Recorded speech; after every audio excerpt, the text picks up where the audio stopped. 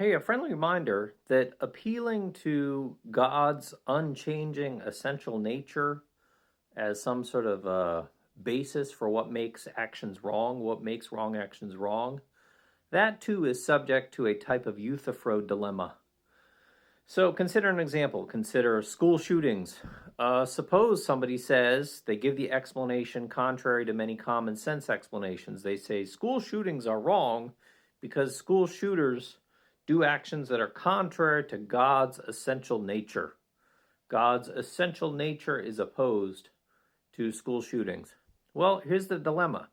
There's either a reason why God would have a nature, if there's a God, why God would have a nature that is opposed to school shootings or not.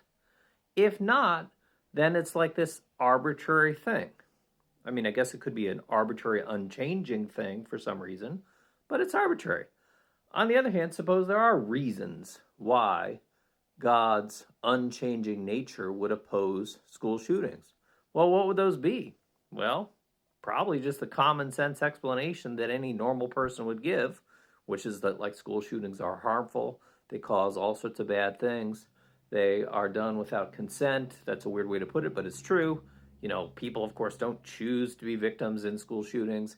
It treats those victims not as people, but as like tin cans for target practice.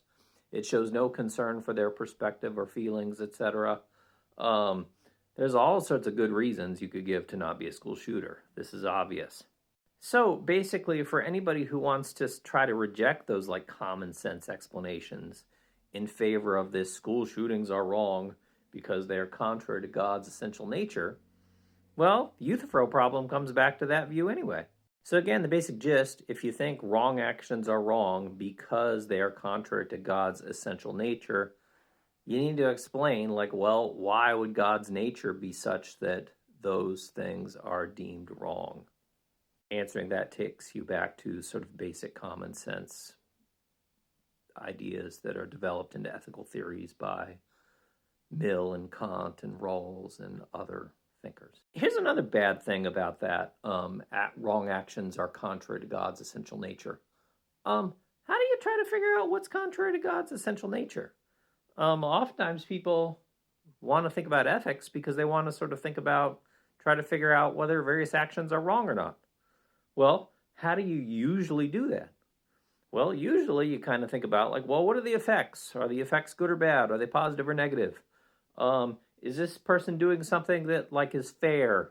Meaning like, would they do it in kind of all situations, or are they arbitrarily singling this person out as like a victim for no good reason? Are they treating somebody as just a mere means, a person, or are they respecting them? Those are the things people typically think about when thinking about ethical issues and trying to figure out, am I doing something wrong or not wrong? If you are told, well, you just got to figure out whether this is contrary to God's essential nature, what are you going to do? Like, what factors are you going to appeal to? If you appeal to the sorts of things that are part of common sense and mainstream ethical theories, you've rejected this divine command theory anyway. That's what you should do. And of course, there's a good tradition of religious people doing just that.